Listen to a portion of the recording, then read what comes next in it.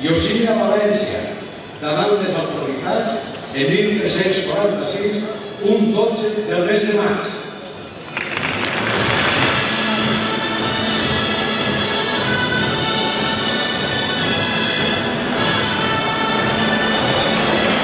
Queda inaugurada la 673 Fira de Tots Sants. Bona fira!